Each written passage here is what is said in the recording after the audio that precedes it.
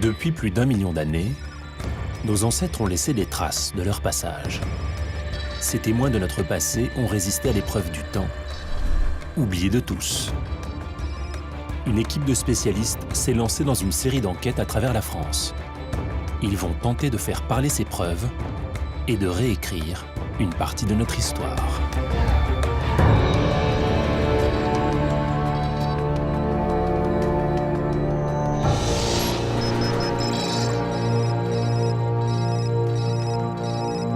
Été 2006, près de Courcelles, à 50 km d'Orléans. Au cours d'une mission de recherche, des archéologues repèrent depuis le ciel de mystérieux cercles de pierre.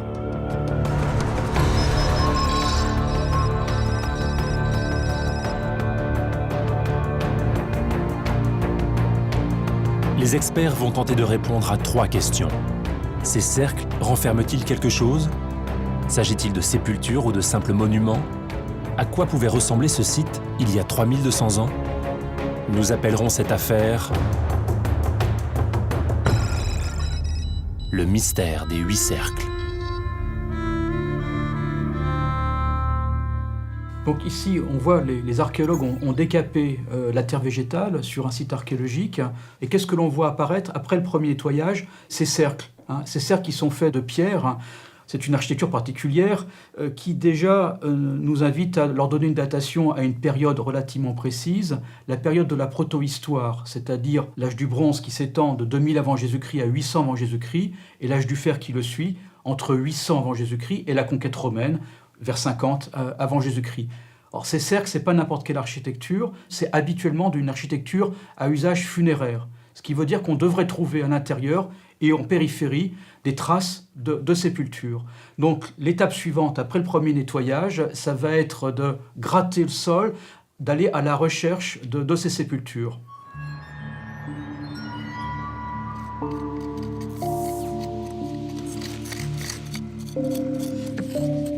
Sur le site, aucune trace de squelette n'est détectée. Mais à l'intérieur de chaque cercle, enterrées à une dizaine de centimètres sous la terre, sont découvertes de petites urnes de terre cuite. De quoi peut-il s'agir? Il peut s'agir de vases qui contenaient des offrandes, qui ont été déposées dans les sépultures, ça c'est très fréquent, mais il peut s'agir d'autre chose aussi. Il peut s'agir de réceptacles des cendres du mort.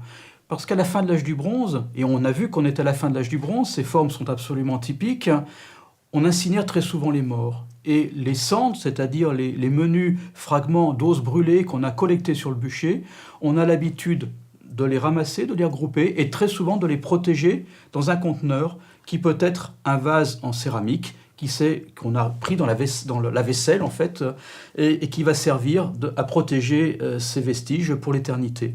Donc, pour en savoir plus, il va falloir vider le contenu de ces vases et voir si on va retrouver dedans ces esquilles d'ossements brûlés. C'est au laboratoire, à Orléans, qu'est étudiée l'une des urnes de Courcelles. Les premiers résultats ne semblent pas révéler la présence d'ossements humains brûlés à l'intérieur. On a peut-être un cénotaphe.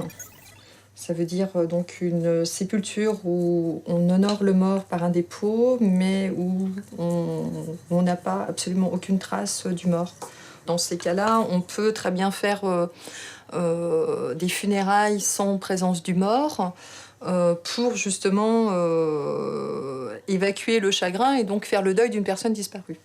Est-ce qu'on aborde là une évolution dans la pratique funéraire ?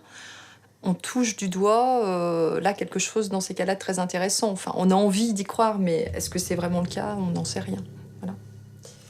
Voilà, donc on n'a pas de mort.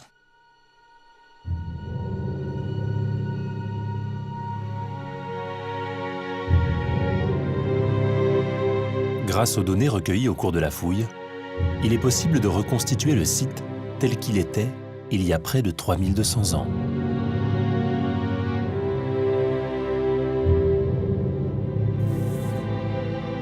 Donc, le résultat de l'enquête, on a très clairement affaire à des vestiges funéraires. Ces urnes montrent bien qu'on est à la fin de l'âge du bronze final comme on dit dans notre jargon, vers 1300-1200 avant Jésus-Christ.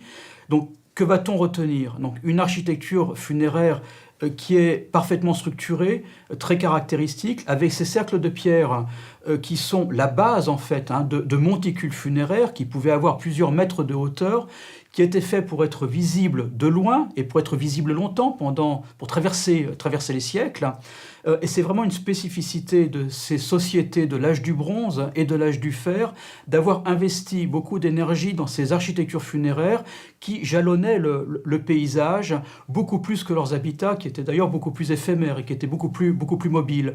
Donc vraiment, on a affaire ici à un trait tout à fait spécifique d'une période de notre préhistoire. Ainsi se termine l'affaire du mystère des 8 cercles.